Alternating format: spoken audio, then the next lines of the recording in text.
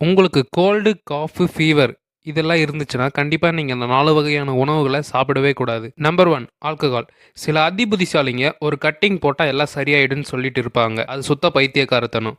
உண்மையிலேயே ஆல்கஹால் உங்களுடைய நோய் எதிர்ப்பு மண்டலத்த வலுவிழக்க செஞ்சு, சளி, காய்ச்சல அதிகமாக்க வழிவகை செய்யுது. Number 2 fast food. ஃபாஸ்ட் ஃபுட்ல ஊட்டச்சத்துக்கள் அதிக அளவு கிடையாது. அதுக்கு பதிலா கலோரி அதிகமா இருக்கு காரணத்தினால, இது உங்க உடலில் உள்ள மெட்டபாலிசத்துல அதிகரிச்சு, கிருமிகளை எதிர்த்து போராடும் தன்மையை குறைக்கிறது. நம்பர் 3 பால் மற்றும் பால் சம்பந்தப்பட்ட பொருட்கள். பால் பொருட்கள் சளியோட அளவை அதிகரிக்கிறது மட்டும் இல்லாம, கூடவே நோய் எதிர்ப்பு திறனை குறைக்கும் காரணத்தினால, சளி பிடிச்சிருந்தா பால் சம்பந்தப்பட்ட பொருள்களை தவிர்ப்பது நல்லது.